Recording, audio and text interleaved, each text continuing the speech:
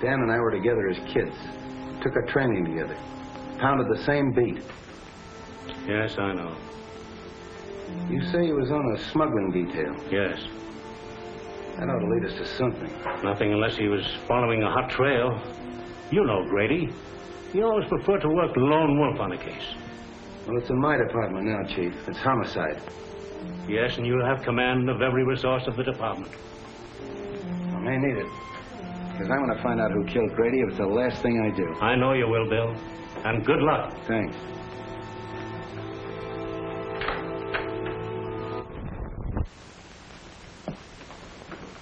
I came just as soon as I heard the news. Am I glad, Wong? I sure can use you. Unfortunately, I can't call you in on this case officially. I'm more or less doing it on my own. I'll do everything I can to help.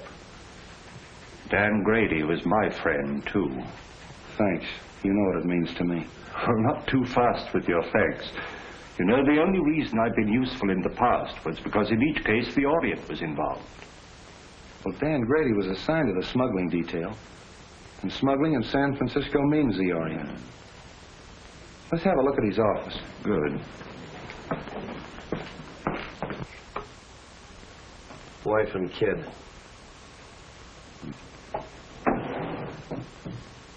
You say he was working on a smuggling detail?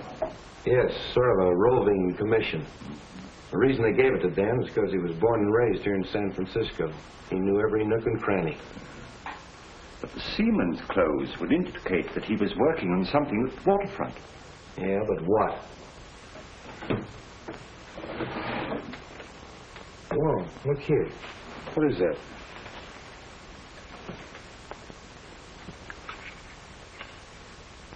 Why, that's a rare piece of emerald jade, as fine a specimen as I've ever seen. Carved in the fashion of the Ming Dynasty. Why, the art of that carving has been lost for hundreds of years. This piece is worth $2,000 or $3,000. Really? Dan was sure working on something hot. Probably that's why he was killed.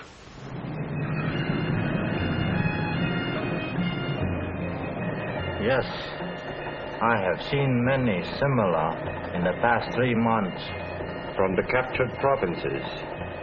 Even so, from the ruined temple of Lao Ji, is it not so?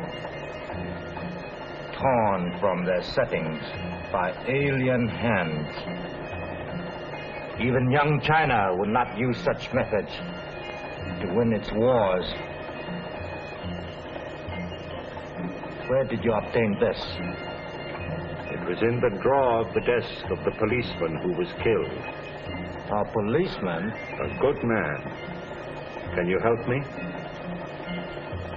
A store called Belden's is on Market Street. There, a wise man could become more wise.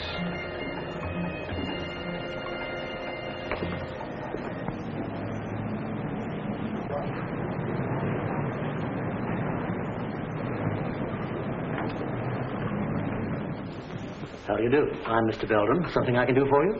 I'd like an appraisal on this piece. Why, certainly.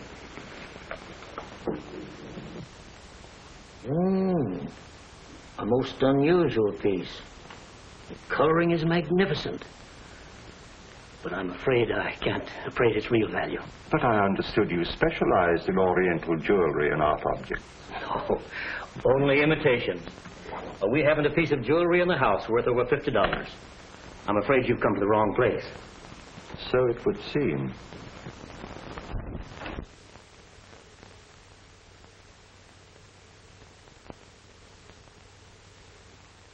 Yeah, Chief, that's the guy, all right. I'd know that face any place.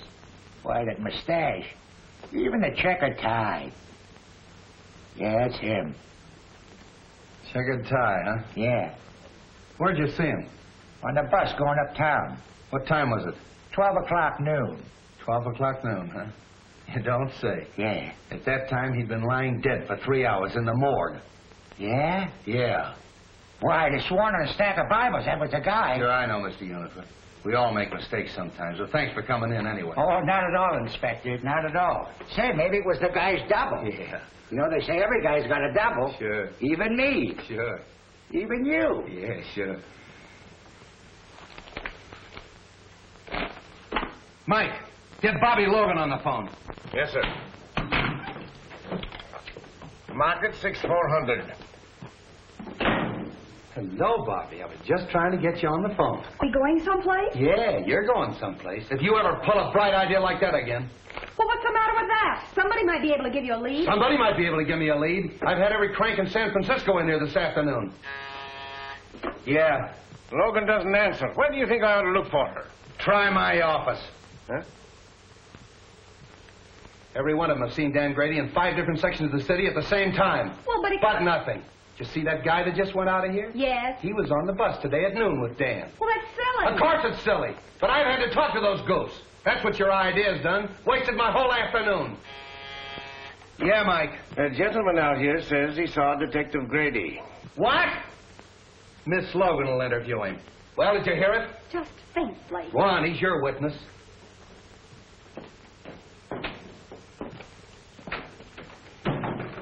Are you Mr. Lyons? Yes. Oh, I'm Miss Logan of the Herald. I put that picture in the paper. Oh, how do you do? Well, I saw the man last night. Are you sure? Certainly. We talked for quite a while in the bar at the Club Neptune. Good afternoon, Miss Logan. I came in answer to your advertisement. Oh, now look, Mr. Wong. Now give me the details and talk fast. You get any information? I called on an old friend of mine in Chinatown who advised me to investigate Belden's store on Market Street. Belden's? You know, the jewelry shop. Oh, sure. I'll put a couple of men on it. No, I think I'd leave things the way they are for the time being. Bill Street, I've got him! Got who? This man did see Dan Grady. Now, look, Bobbie, we've been all through that. But this man is positive. All right, if he's so positive. What was he wearing when you saw him? Well, sort of like a sailor, you know, pea jacket, striped sweater. He had on dungarees, peak cap with black patent leather visor. Where'd you see him? At the Club Neptune. He was sitting at the bar having a drink. What time was that? About 8:30, I guess. That fits in, doesn't it, Wong? Yes, it does. Well, of course it does. Silly idea, huh? If it hadn't been for that Quiet. paper. You're quite sure this is the man? You're absolutely certain of your identification? Oh, yes. My drink happened to tip over and spilt on him. And I apologized, and we got to talking. And then what happened? Well, we talked together for a couple of minutes about football and things like that. Then I left and went home. You left him at this Club Neptune? Yes, he was still sitting there when I left. Well, thank you very much. You've been a great help. Is there any reward connected with this? Well, you see, Miss Logan takes care of that. Well, I'm sorry, Mr. Lyons. I'm afraid there's no reward, but, well, I'd be very glad to mention your name in my next story of the case. Did you say your first name was Homer? Yes, Homer. L-Y-O-N-S. Thank you. Too bad you haven't got a picture. Oh, I have. I brought one along just in case. Oh, thank you very much, Mr. Lyons. Thank you. Good day. Well, Bill Street, do I get an apology or don't I? Sure, I'm going to get the mayor to give you a key to the city. Terrific. For giving them their only clue.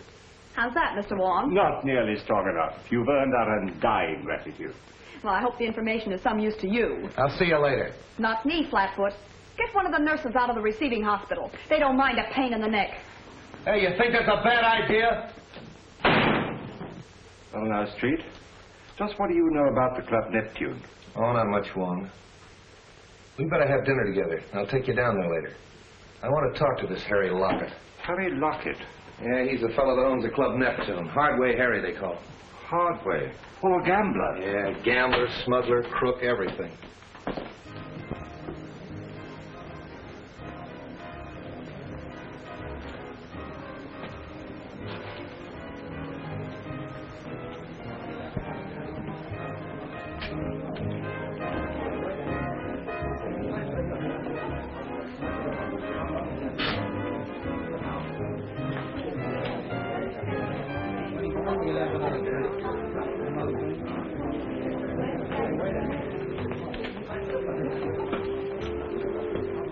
Anything new? No. How are things upstairs? Usual crowd, not much play yet. Has Tanya come in yet tonight? No. I want to see her when she comes in. Okay. Get it.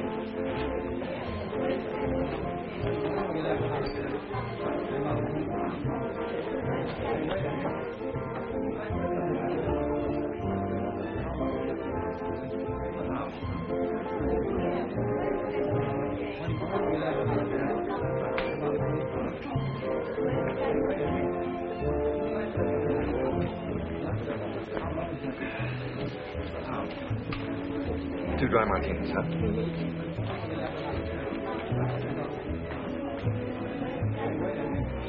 Well, don't you recognize anything? What? I'll bet you don't even know what day this is. Of course I do. It's Friday. That's why you insisted upon coming here for a fish dinner. Oh, no, it isn't. We came here because this is an anniversary.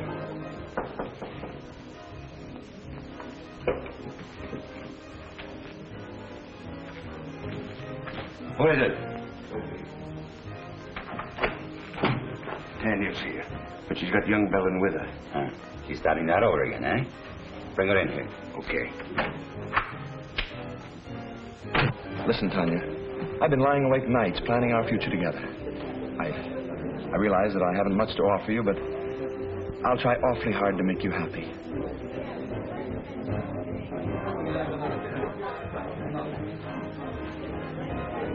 Oh, excuse me, Frank. I think I better go fix my makeup. Surely.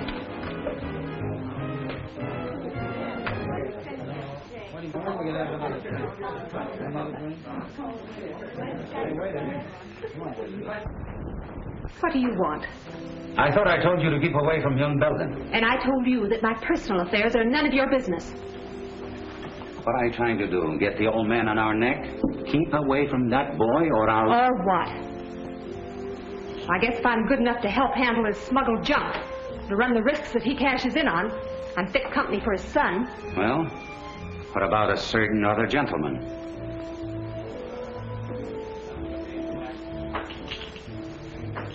Frank Belden wants to marry me. So, he's got it bad, eh? Wait until his old man hears that. If you open your mouth to make trouble for that boy... So blow me down. You have really fallen for it. Maybe. Or maybe it's just the novelty of finding someone who's decent and on the level. Come on, have some sense. Get the boyfriend out of here and keep him out. We're not in any spot to invite trouble, girlie.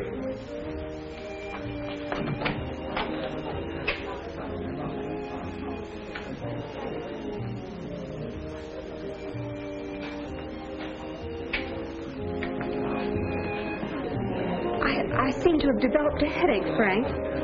Maybe it was the drink. Oh, I'm sorry. Well, maybe some fresh air will do you good. Shall we take a drive? Yes.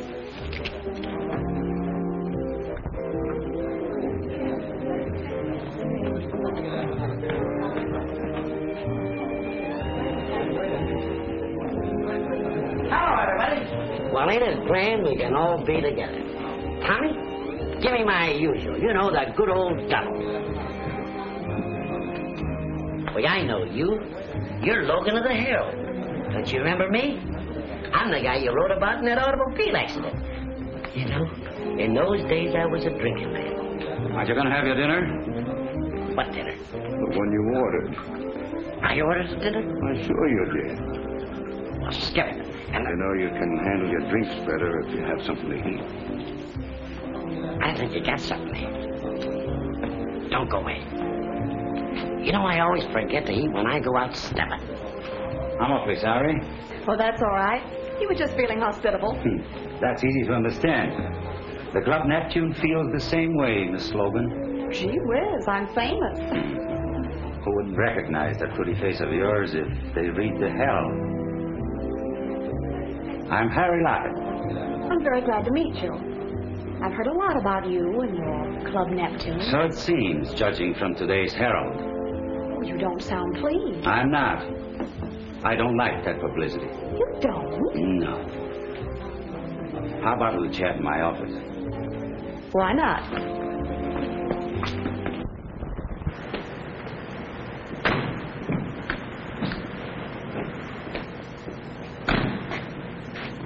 I think I'll take a look round the back. All right, I'll see you inside.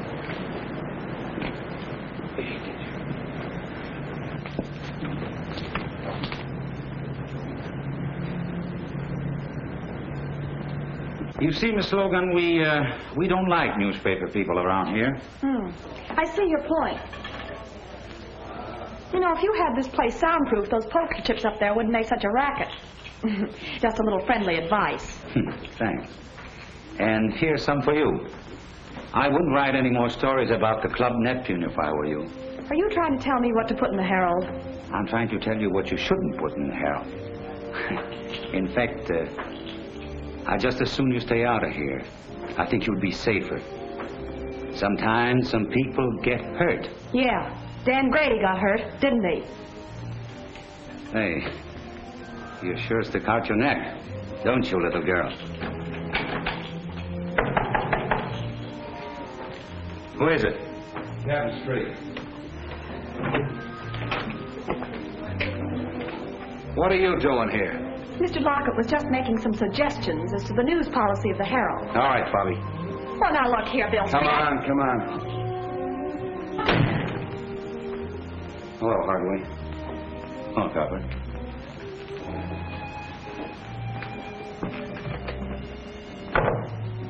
Have a drink? No, thanks.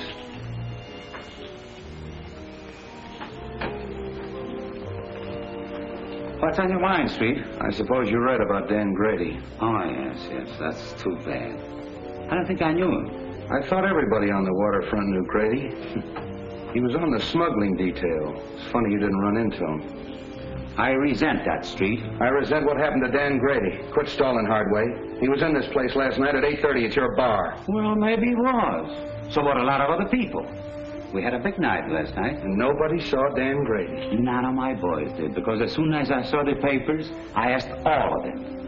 You can talk to them yourself. Maybe I will.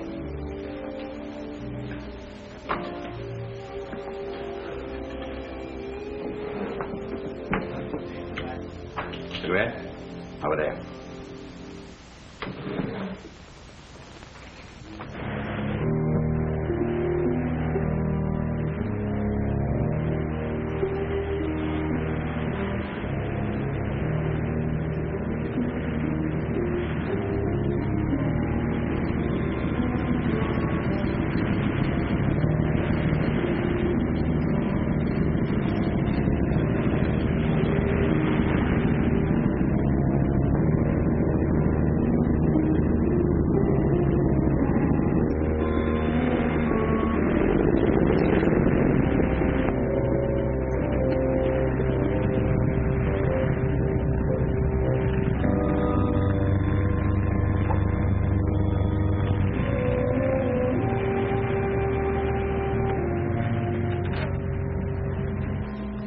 Pay any attention to me if I seem a little tough, Harry. Dan happened to be a pal of mine. His body washed up on the beach this morning. Been in the water for 12 hours.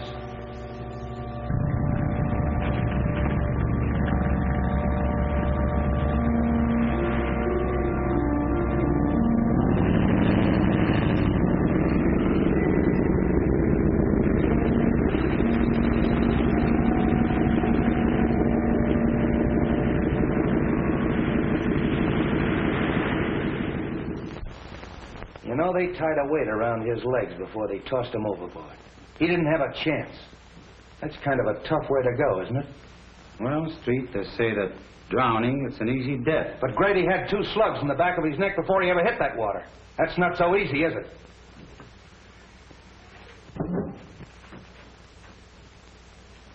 Well, Street, if there is anything I can do for you... Open that door. Open that door.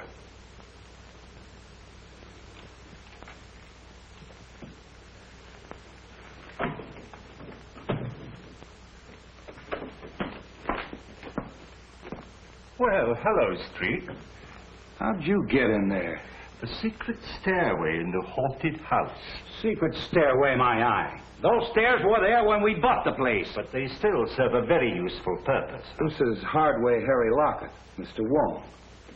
Oh, the Chinese copper. Precisely, Mr. Lockett. The Chinese copper. But to return to our secret stairway, I'm afraid we scared one of your callers away. Evidently, he didn't care to meet my friend, Captain Street. Seafood is our specialty, Mr. Wong. That was probably Cap from the fishing barge. He saw I was busy and beat it. That very adequately describes his exit. He comes in that way because he doesn't like to go through the cafe. Close sort of... Slightly fishy, Mr. Very fishy. Now get this, Hardway. If I find out that anything happened to Grady in this place, I'm going to tear it apart. If you ever do, I'll help you. Come on, Wong. Goodbye, Mr. Lockett. Goodbye, Mr. Wong. Oh, sorry. Didn't know you were busy. He's not. Because we're just leaving. I beg your pardon, but we've met before, haven't we, Miss... Sir Rover's the name, but we haven't met. I'm so sorry. Oh, now I know what prompted my mistake. I saw you sitting outside in a car with young Mr. Belden. What was he doing here? We had dinner here. Do you mind? Excuse the boys, Miss Sarova, but it's their business to be curious. This is Mr. Wong, the famous detective. And this is Captain Street of the San Francisco Police. Your head waiter says you found my compact. Yes, it's my desk. I'll get it for you. Drop in any time, boys. It'll be your turn to drop in on us the next time.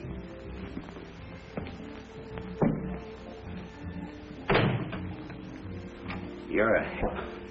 Why in blazes did you get rid of Belden when I told you to? Well, I did. He must have seen us outside in the parking lot. What they want? You read the papers, don't you? What do you think? I think that dead policemen are bad medicine. I don't like it, Harry. Relax. They haven't got a thing on us. So Grady was here last night. What does that prove? That the party's getting too rough for yours truly. Oh. Don't tell me Miss Sarova's getting jittery, huh? Sir Rover's getting out. Murder's something I don't want any part of. I'm through. Oh, no, you're not. When you're through, it will be because I tell you you're through. Are you threatening me? Maybe. Don't do it, Harry. I know too much. Things happen to people who know too much. Yes. They end up in the bay like a certain policeman.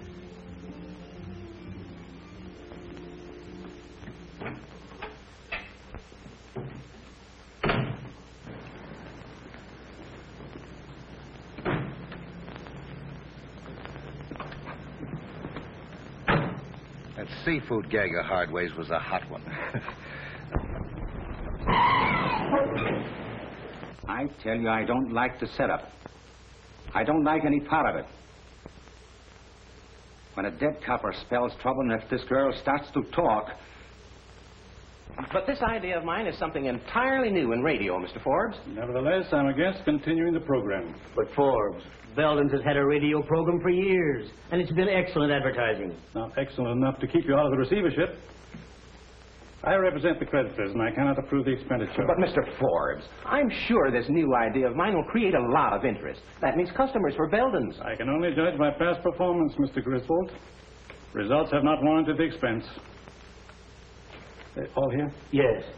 Oh, but, Mr. Forbes, this is a novelty, a complete one-act play in which I enact all the roles, male and female. You see, Mr. Forbes, impersonation is my forte. I think persistence is your fault. Well, I tell you, this is the type of program that's bound to create comment. Why not give it a chance? Just glance through this and you'll get the idea. After the commercial, the music fades out, and you hear footsteps and a knock. Now, read from there on.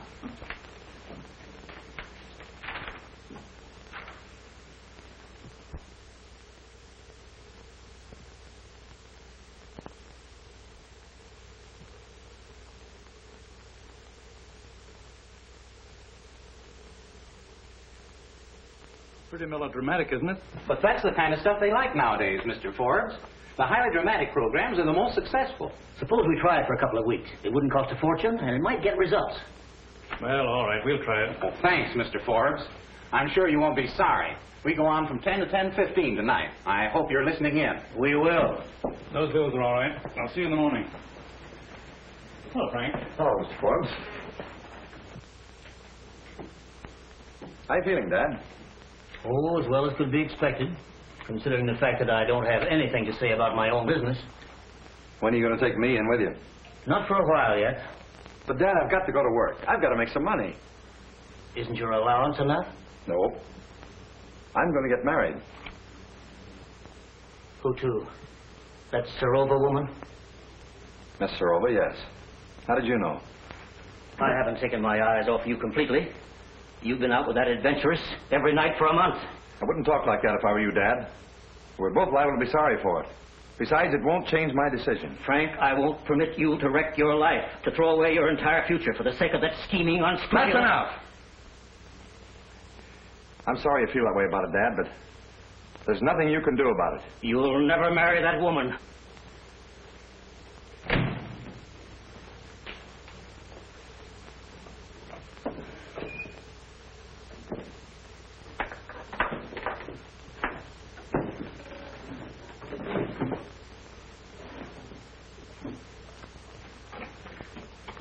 Hey, have you been fooling around my desk?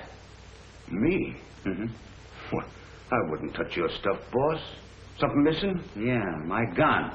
Gee, that ain't so good. When'd you last see it, boss? I don't know. Yesterday, I guess. I want to talk to you.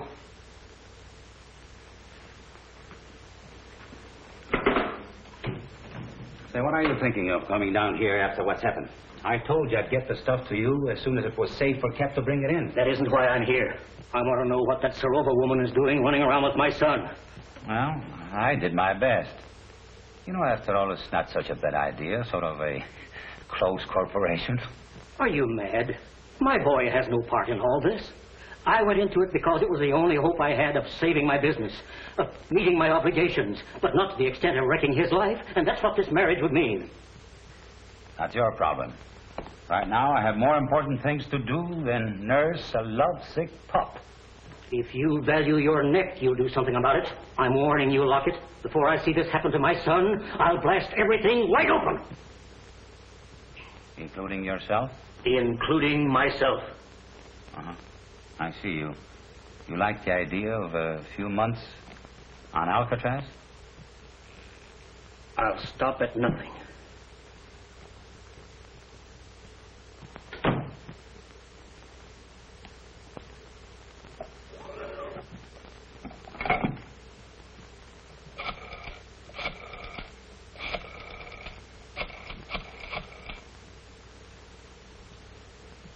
Hello.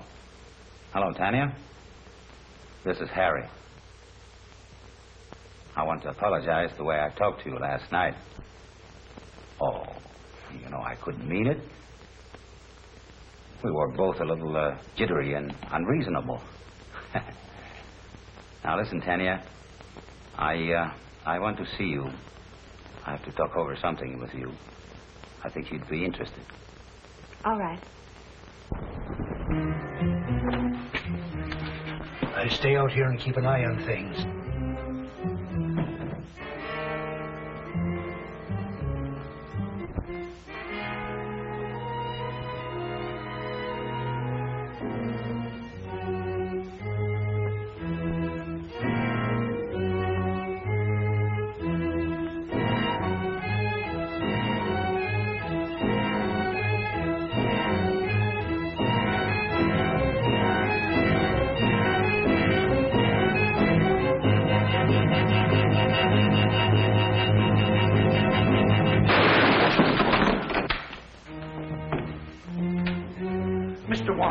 Mr. Wong! It's all right, Clancy. He missed me. Oh, I'm glad of that. Who was it, sir? I haven't the least idea, but the shot came from there. Well, we'll find out who that is.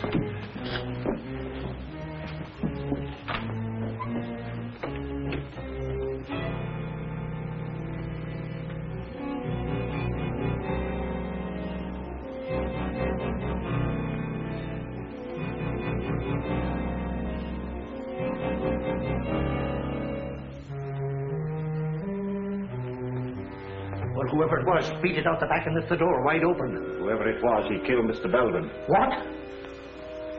Oh, glory be! Death Street. Yes, sir.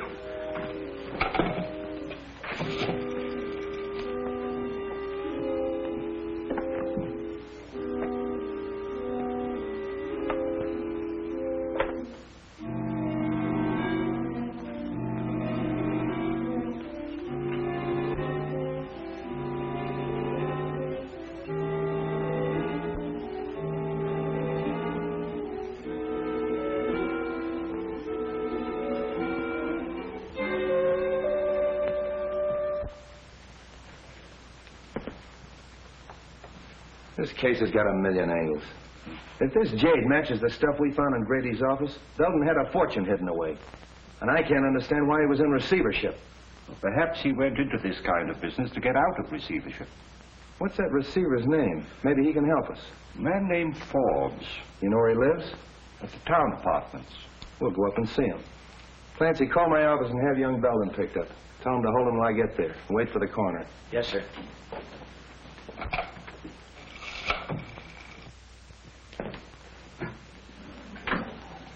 Good evening, gentlemen. We want to see Mr. Forbes, John T. Forbes. Who's calling? Captain Street of the police department. Ring 22, please. Captain Street of the police department to see Mr. Forbes. Yes, sir. Go right up, Captain Street. That's number 22. Captain Street? What on earth can he want?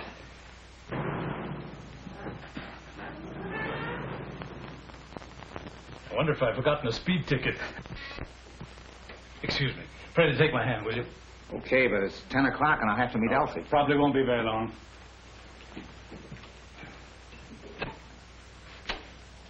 Captain Street? That's right, and it's Mr. Wong. How do you do? How do you do? Come in here, gentlemen. Thank you.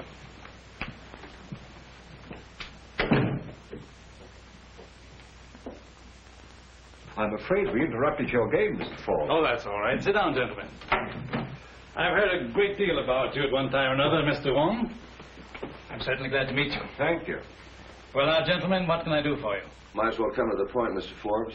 Frank Belden, Sr. of the firm for which you're receiver was found dead a half an hour ago in his store. What? Poor old Frank. I had no idea he felt so desperately about it. Of course, I knew his financial affairs were in bad shape. It was not suicide, Mr. Forbes. He was murdered. Well, this certainly knocks me out. I've got to have a drink. How about you, gentlemen? Thank you, no. Well, thanks. Murdered. Who found him? Give me more of the details. Mr. Wong found the body. Wong? Were you in the store? I was making an investigation of Belden's stock. I found this worth at least $2,000 or $3,000. And there are several more pieces, too, just as valuable. I thought they carried only cheap costume jewelry. Could he have been concealing any valuable assets from me? That's exactly what we wanted to find out. I'd like to go down to the store and make a complete examination of their stock. Will that be all right? I think it's a good idea.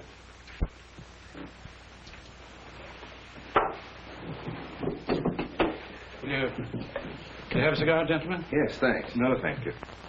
One more thing I think you should know. That jade was smuggled. And one of our own men on the smuggling detail was murdered, running it down. And the trail seems to lead to Belden's store. Why, this is the worst thing I've ever heard. Excuse me. Hello? Yeah. It's for you. Thanks. Street speaking. What? I'll go right up. There's been a shooting on the floor above. Can we get out this way? Yes.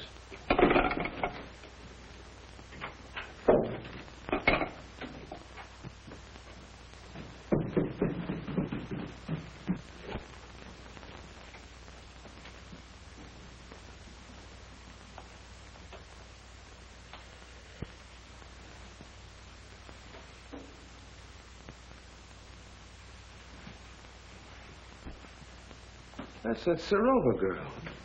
How do you like this? A murder right over my head. Yeah? Oh, you're the clerk. Yes, sir. I telephoned headquarters from downstairs. Thanks. What do you know about this? Nothing, except what the switchboard operator told me. What'd she tell you? Well, I was sitting in the lobby when all of a sudden she started yelling, Mr. Rova's being killed. All right. Take it easy. Sit down. What did you hear on the phone? Well, I was sitting there as usual when the buzzer sounded, and it was a call from 32. What time was that? About 14 after 10. That's an odd time to remember, 10:14. Well, I'm not sure, but it was 15 after 10 when I heard the shot. And they were arguing about a minute. Who was arguing? Miss Sarova and the man. Well, what were they arguing about? What'd they say? Well, he said, get away from that telephone. That's the last time you're going to pull this sort of stuff on me. And Miss Sarova yelled, don't shoot, don't shoot. But he did. It's quite possible, Street. The receiver's off the stand. Yeah. Did you recognize the man's voice? No, but he was awful mad. Anybody come through that lobby that might have come up here? No, sir. Did you pass anybody on the way up? I didn't see anybody. All right, that's all for now. Stick around downstairs. Oh, hello, Doc. Prints, photographs, the works. And I want you to get me that... Oh, little Bo Peep, huh? What are you made up for? That's all I need! Just be sure to get everything in this corner, will you, please?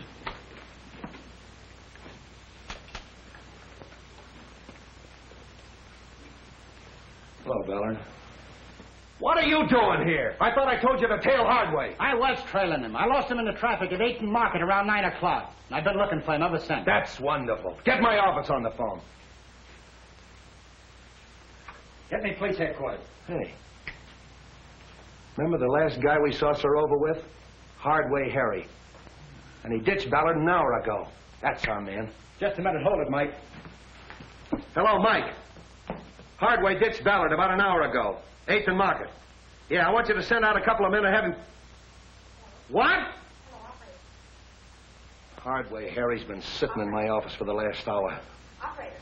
Get her off the phone! Come on, get off there. Put that thing on. Get out of here. 3-2 said that Harry Lockett did it. I was just phoning the office. How could he be doing it when he's sitting in my office? Well, I don't know. It was your idea. Oh.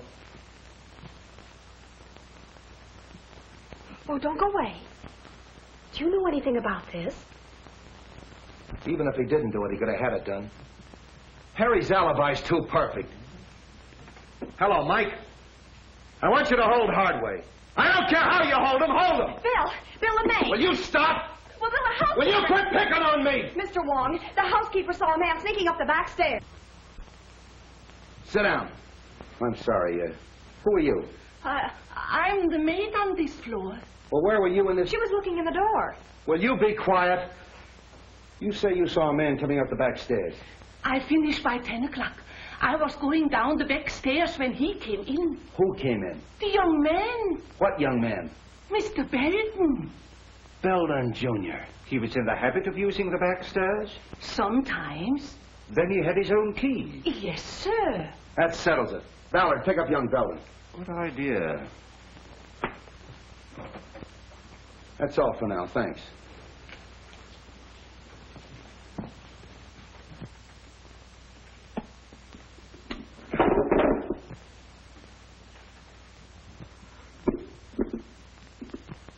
You know, Wong, Belden knew Sarova. Hardway knew her. They're all mixed up in this thing some way. I'm going to have them all come in my office at 10 o'clock. What am I doing?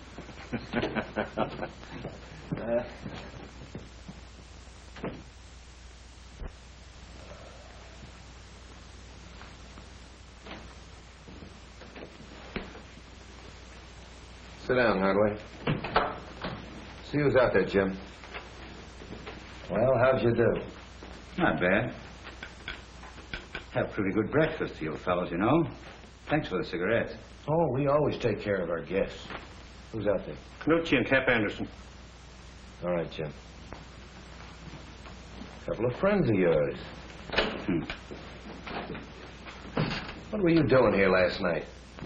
Well, I caught one of your boys following me, and I figured you wanted to make sure where I was. So when he lost me about 9 o'clock, I decided I better check in. So you'd have an alibi because you knew Tanya Sarova was going to be killed last night. What? Yeah, murdered last night. Oh, coming in here wasn't such a bad idea, was it? What time did you get here? 9:29 on the dot. Oh, got it figured out the minute, huh? Yeah, you can check with the sergeant. I know. So? Hello, Wong. Oh, Mr. Wong, the Chinese copper. Look here, Street, you haven't got a thing on me. I knew Sarova, sure. She used to come to my place very often. But so do a lot of other people. Including young Belden. Yes, with Sarova, yes. So what? How well did you know young Belden? Casually. How well did you know his father? Just an acquaintance. When was the last time you saw him? I saw him in my office yesterday. He came to pay his son's bar bill. You had a little quarrel. Then you followed him down to his jewelry store and shot him. Old man Belden shot? Yeah. That's too bad. Yeah, it is too bad. He got it the same way Grady got it, in the back of the neck. What's your alibi for that? I was being trailed by one of your coppers, by good luck. Why? Man named Forbes is out here. He said you sent for him. All right, send him in. Wait outside, Ugly.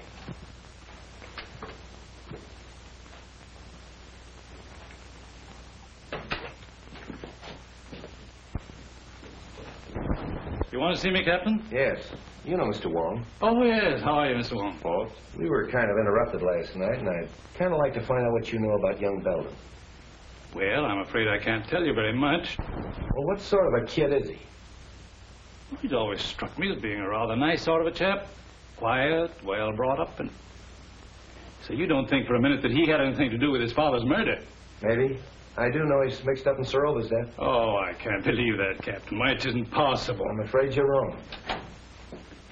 There's Belden, Captain. Picked him up in a quick lunch joint, having coffee. All right, sit down. Have you met Mr. Wong? Perhaps you met him last night. Well, I've never met Mr. Wong. How do you do? We've been looking for you all night. Where were you? I don't know why the police should be interested in my movements. What's this all about? What were you doing in Tanya Sarova's apartment last night? Oh, we know you were there. The maid saw you sneaking up the back way. If I were you, I'd tell the captain all he wants to know. Well, I don't know what this is all about, Frank, but you're welcome to my legal advice if I can be of any assistance to you. For his father's sake, I feel that I ought to do everything I can to protect him. All right. But I still want to know what you were doing in Tanya Sarova's apartment last night at 10 o'clock. Were you there, Frank? Yes, I was there, but I didn't kill her. She was dead when I found her. Don't give me that. Well, you don't know what you're saying, Frank. I demand that this boy be advised of his constitutional rights. I'll take care of his constitutional rights. This is a murder investigation. Tanya Sarova was killed last night at 10:15. Just 15 minutes after this young man was seen going in her apartment. That's not true. It's not true, I tell you. She was dead when I found her. Are you sure of the time, Street? Your own switchboard operator heard the argument and the report. They phoned Street in your study, you remember? Yes, that's right. All right, Belden, alibi out of that. Come clean. Why'd you kill her? I didn't, I tell you. I love Tanya. Why would I want to kill her? I'll tell you why. Because you were jealous. You thought she was double-crossing you, and you went up to her apartment and you quarreled, and then you killed her. That's a lie. Every word of it's a lie. So you found your sweetheart murdered, and what did you do? You ran out and hid. Why didn't you call the police? I don't know. I was half crazy. Now, see here, Street, this boy is no condition for questioning. I'll say he isn't, because he doesn't know the answers. Gentlemen, I suggest that we all calm down. Allow young Mr. Belden to tell us what happened in his own way. All right. I'm listening. Now, supposing we go back just a little way, shall we? When did you last see Tanya Sarova alive? When she promised to marry me. Yesterday afternoon late. And where was that? In her apartment. I was going to take her to dinner, see, but she said she didn't feel well, so I went out and got a bite, and then I drove around a little while. Yes, and then? Well, on the way home, I saw a light in the apartment, and I went up to tell her good night. Are you in the habit of using the back way? Yeah, I had a key. See, sometimes Tanya wasn't in, and I'd go in and wait for her. Yeah, but she was in last night. Did you use the key then? No, that's funny. I remember that the door was open. Mm-hmm. What else do you remember? Yes, Belden, go on. Well, I went in and called her, but there was no answer, so I went in the living room, and on the floor I saw her over by the window. Near the telephone? I don't know. I didn't see anything but Tanya. Was there anything else in the room that was unusual, that attracted your attention? Anything at all? Yes, I remember the radio was on. No, don't kid me. The radio wasn't playing when I got there. If you didn't leave that apartment till before 10:15, where'd you go? I don't know. I drove around. I don't know where I went. I drove all night. What? Captain? A fellow out here named Griswold says he's got to see you. Who's Griswold? What does he want? What does he do? What do you want to see him about? Well, I got to talk to him. I'm from radio station LMAB. He's from the radio station, LMAB. I don't know anybody from a radio station. Tell him to wait. He says you got to wait. You didn't leave that apartment till after 10:15. After you killed her. Stop it, I tell you, stop it! Street, you're getting nowhere browbeating the boy this way. Maybe if you let me talk to him quietly somewhere. All right. I'll talk to him quietly. Would you like to see your father? No. Why should I want to see him? He's probably glad she's dead. Why should he be glad? Doesn't he like her? No. Did you quarrel over with your father? Yeah. Yeah, we had a quarrel, and I walked out on him. And then you walked back last night to his jewelry store and shot him, killed him. You mean my father's dead? Stop it, will you? Stop it! What are you trying to do to me? Somebody get me a glass of water. Oh, never mind the water. Oh, I protest. Get him a glass of water. Where is it? Outside. Something wrong, Captain? Yeah, give me that brandy.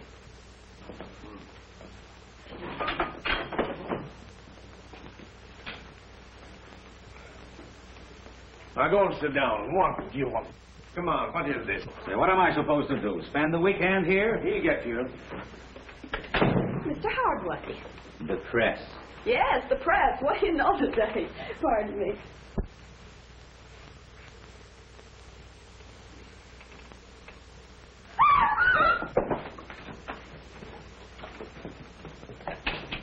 What's the matter?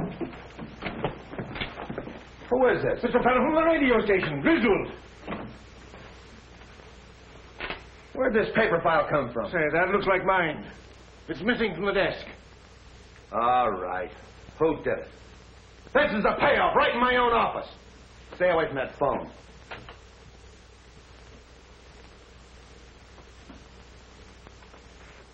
Start talking, Hardway. What, again?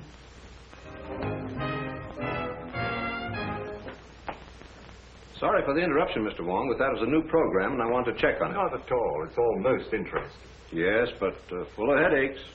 Replacing Griswold's going to be one of them. I can quite imagine. His programs were popular, weren't they? Very. He was a talented young man. Wrote most of the sketches and played all the parts in them. He played female roles as well? Oh, yes. In the sketch you want to see, the one he did last night, he played a very emotional feminine role. Here's the manuscript for it. Thank you.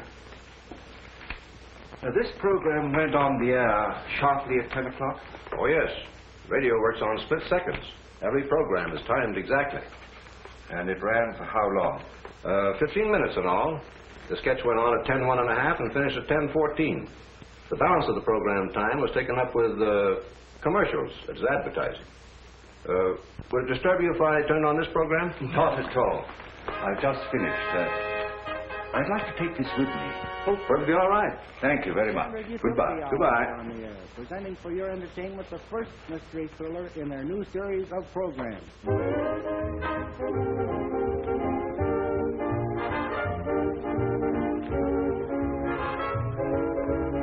How do you do, sir? Can I help you? Yes. Is this the new remote control radio? Why, yes, and a very fine instrument, too. I wonder if you'd be kind enough to give me a demonstration. I'd be glad to. Won't you sit down? Thank you.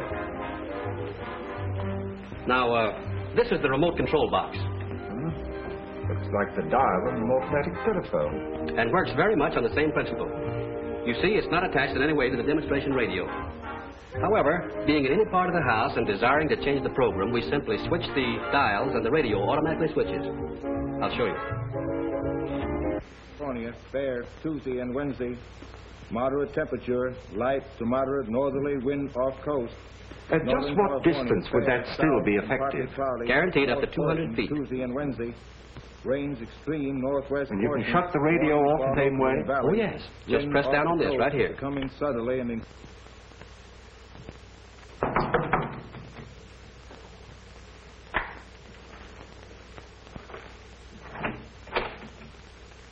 What, again? Yeah. Didn't take long for that lawyer to get you and the boys out, did it, Hardway? Why should it?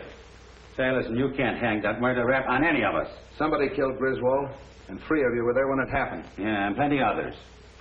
That office of yours was a close second to a railroad station.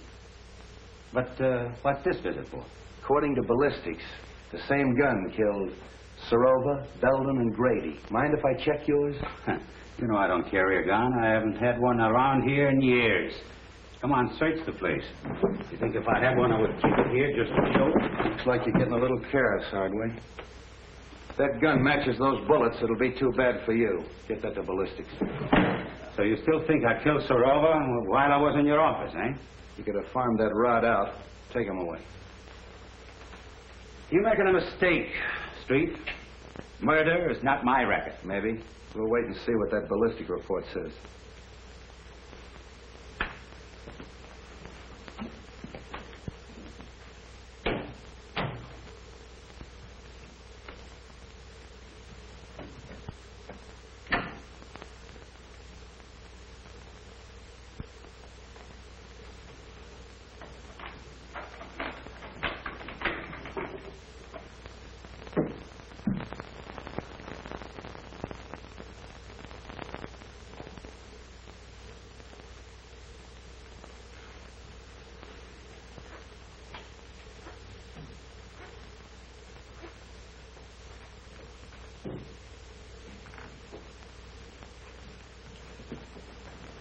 All right, keep your hands right there. Turn around. Oh, Cap Anderson, huh? From Harry Lockett's fishing barge. So this is the seafood you supply this place with, huh? Same stuff that Wong found at Belden's. Now I know how it comes in and how you get rid of it. You better figure on spending quite some time ashore this trip, Cap. You can't beat this rap so easy. Out that door.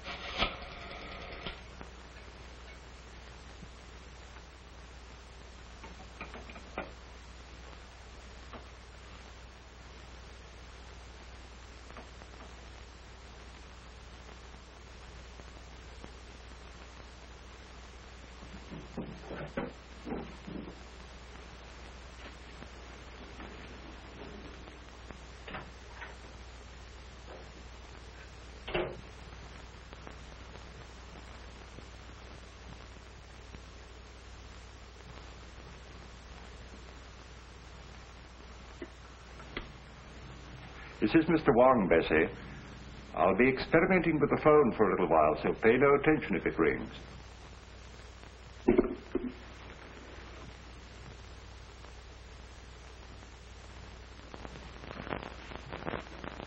Oh, come in, Forbes. Oh, it's you, Mr. Wong. Well, that is a relief. I was wondering who was up here. Oh, you put that string down past my window. Yes.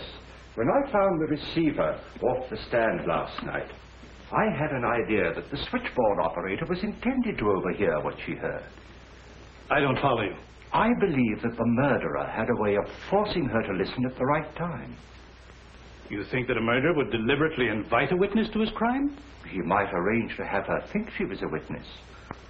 With a piece of cord, a telephone, and a radio. I don't understand. Now, this radio is a new remote control model. Now, let us assume that a certain radio program exactly fitted a given situation. How easy it would be to tune in the desired station at the right time and be nowhere near the instrument. Oh, I see. You mean that the crime could have been committed some time before? Of course. And by any of our suspects who had such cast-iron alibis.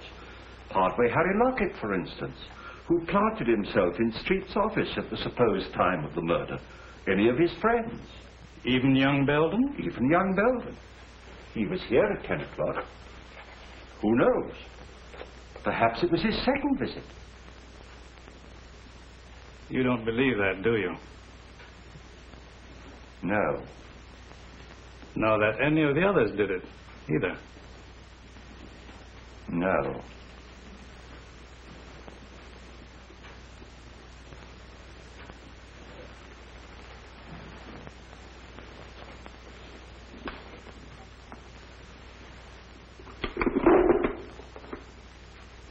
Is that what you were looking for, Mr. Wong?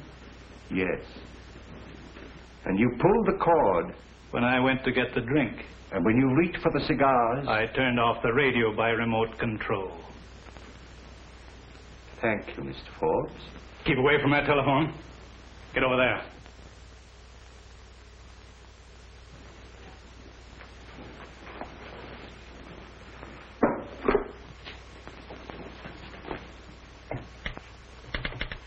Operator. Oh, hello, Captain. Hello, is Mr. Forbes in? Operator. Mr. Forbes doesn't answer. All right, thanks. Why don't you answer that call? Well, that's Mr. Wong. He told me not to pay no attention to it. Mr. Wong? Yeah, he's up in Mr. Rover's apartment playing with the telephone. Well, I hope he's having a good time. I'll drop up and see him. Playing with a telephone.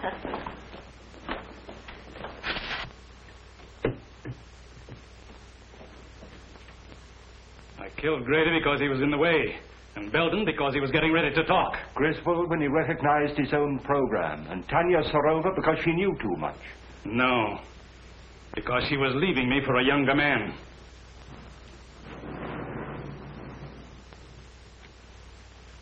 It's you who knows too much. Wong, this is Street. Just a moment, Street.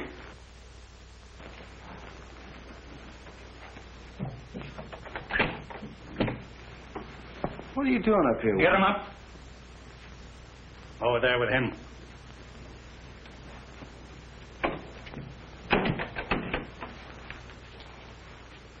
Well, the two of you. That makes it perfect.